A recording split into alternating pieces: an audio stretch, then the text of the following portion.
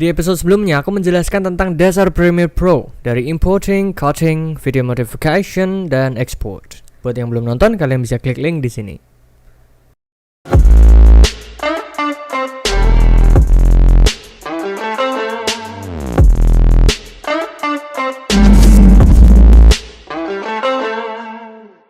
Halo semuanya, namaku Ezra MacGyver dan selamat datang di Video Academy. Di episode kali ini kita akan nge-cover interface dan copy paste. Ingat, jangan buru-buru, pelan-pelan aja, santai tapi pasti, ikutin arusnya, kenakan sabuk pengaman, dan selamat belajar. Oke, interface. Interface itu sesuatu yang kalian sedang lihat sekarang, yang ada di mata kalian. Ini semua itu namanya interface. Secara nggak sadar kemarin kalian itu belajar interface. Dari ini effect controls, terus ini razor tool, ini semua termasuk interface. Dan sekarang kita akan belajar lebih detail lagi interface-interface yang perlu kalian tahu. Kita import satu video, masukin ke timeline. Yang pertama adalah ini, eye, mata. Mata ini gunanya kalau kamu matikan, videonya mati. Sekarang coba aku tumpuk dua video. Video yang atas akan menutupi yang bawah. Kalau misal ini aku matikan, yang bawah kelihatan. Kalau yang ini aku matikan tetap gak ngaruh karena dia ada di atas. Tapi kecuali kalau kita coba ini kasih 25% opacity-nya, kayak yang kemarin kita coba, dia akan terlihat bening, akan terlihat dua video.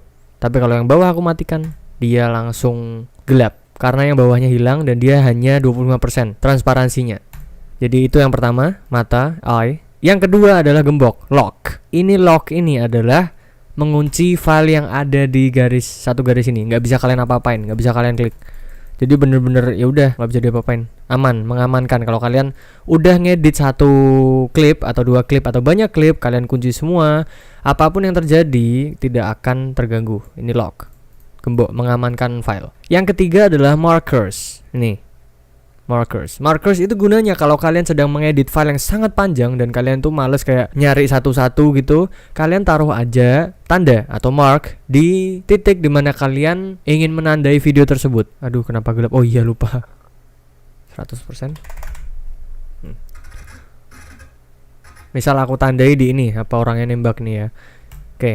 Klik ini, nanti akan muncul ini apa nih? Ya kayak penanda lah. Kalau kalian mau kemana pun ya, misal mau tiba-tiba di sini, terus kemana lah, pokoknya jauh. Kalau kalian klik ini, boom, langsung kembali ke titik yang tadi. Canggih bukan? Canggih sekali. Inilah efek. Ini adalah marker. Dan misal kalian ngasih mark banyak, tapi mungkin di sini kalian mau kasih subtitle, tapi di sini mau kasih efek. Bisa kalian ganti warnanya. Caranya kalian bisa klik kanan, edit marker, atau markernya ini di double klik. Dah, kasih aja warnanya. Mau warna apa? Misal mau warna merah deh. Ya udah, jadi ada dua marker, yang hijau khusus subtitles, yang merah khusus effects. Jadi kalau project kalian panjang, video kalian panjang, kalian nggak perlu susah-susah. Dan ini warnanya tuh ada banyak banget. Tuh, jadi kalian bisa rapi ngeditnya, nggak perlu bolak-balik. Dan itu yang ketiga, yaitu markers. Yang keempat adalah ini, export frame atau screenshot. Jadi kalau misal kalian mau nyari thumbnail buat video di YouTube tapi kalian bingung caranya gimana, udah cari aja. Misal nih aku mau nyari coba misal aku nyari nih.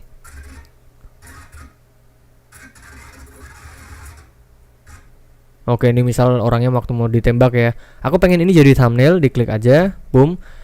Formatnya cari yang JPEG atau PNG, tapi aku saranin JPEG. Terus ini lokasinya bisa diganti, terserah kalian di mana yang gampang nyarinya. Udah, habis itu oke, langsung dia ada di file tersebut sebagai gambar. Misal ya, aku pengen dia di projects, namanya contoh screenshot, terus aku ganti JPEG, boom. Sekarang kita coba buka di projects, boom, tuh dia jadi sebuah gambar yang bisa kalian edit di Photoshop atau dimanapun kalian tambahin tulisan. Yang kelima adalah ini display. Aku nggak tahu nih namanya apa ya. Tapi yang jelas di sini kalian ngatur seberapa besar video yang ada di sini. Bukan ini ya, bukan ukurannya, tapi kayak kalian bisa ngezoom. Kalau misal 100% itu dia diperbesar 100%.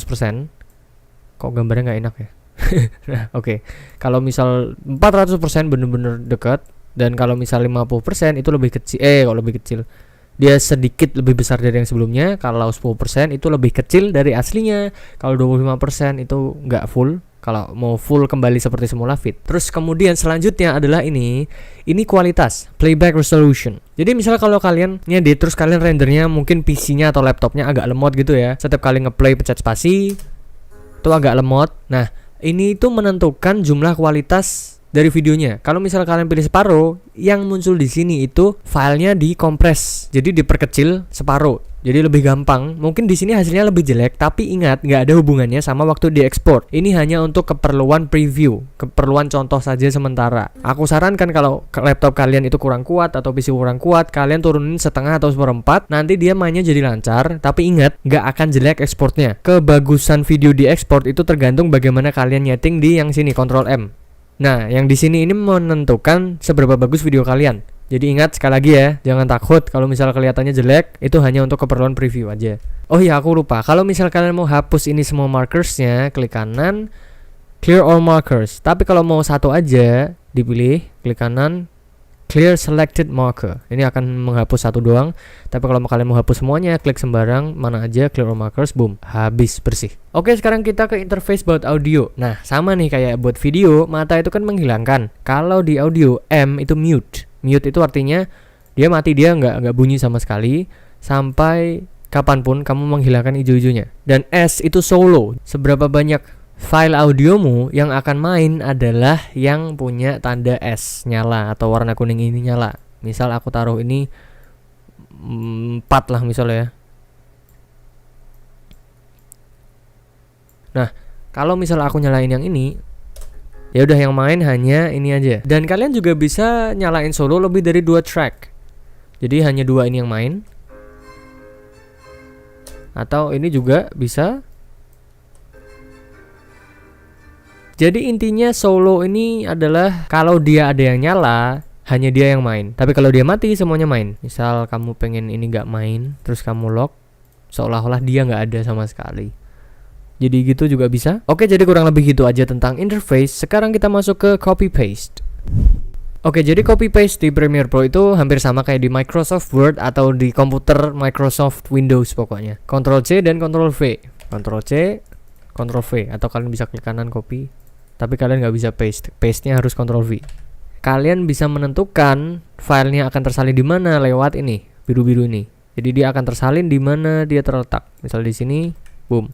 Aku copy lagi, aku taruh di sini, boom. Dia akan tersalin sesuai dengan garis birunya. Yang kedua, selain garis biru tadi, file juga akan tersalin sesuai dengan ini. Biru-biru di sini, V1, A1, V2, A2, dan seterusnya. Yang kanan ya, bukan yang kiri. Yang kanan itu yang menentukan. Semisal nih ya, yang nyala ini V1 dan A1, dan mereka akan tersalin di garis tersebut. Pokoknya file kalian akan tersalin di garis manapun yang nyala, dan siapapun yang terdekat dengan garis tengah ini. Nih, garis perbatasan antara video dan audio. Sekarang kalau misal aku matikan A1 dan aku nyalakan A2, dia akan tersalin di A2, audionya aja. Sekarang kalau videonya aku matiin, aku nyalain ke V3, dan kalian bisa lihat dia akan tersalin di V3 dan audionya di A2. Nah, sekarang pertanyaannya, kalau misal kayak gini gimana? Nyala V1 dan V3. Seperti yang aku bilang tadi, dia akan tersalin di siapapun yang dekat sama garis tengah ini, yang nyala ya. Karena V1 nyala dan dia paling dekat sama garis tengah, dia akan tersalin di 1. Nah, sekarang ada satu hal yang pengen aku kasih tahu ke kalian. Ada cara lain buat copy paste, yaitu dengan tombol Alt. Kalian pilih klipnya, kalian tahan tombol Alt dan digeser aja. Otomatis dia akan terduplikasi. Nah, kalau misal aku tahan tombol Alt dulu, yang tersalin hanya salah satu, yaitu audio atau videonya aja. Ini aku pencet dulu tombol Alt-nya, aku salin, dan videonya saja yang tersalin. Kalau misal aku pengen copy audionya aja, aku tahan tombol Alt dulu, baru aku geser audionya. Jadi kalau kalian mau salin sepaket, kalian klik dulu klipnya, baru di Alt, baru digeser. Jadi kurang lebih gitu tentang interface dan copy paste. Oke, semoga sejauh ini kalian yang baru banget belajar bisa ngikutin. Kalau kalian belum paham, kalian bisa ngulangin videonya dan diperhatikan lebih seksama. Aku bakal ajarin lebih banyak lagi, step by step di episode-episode berikutnya. Jadi jangan kemana-mana, tetap di Video Academy. I'm Ezra MacGyver and I'll catch you in a flash. Arrivederci.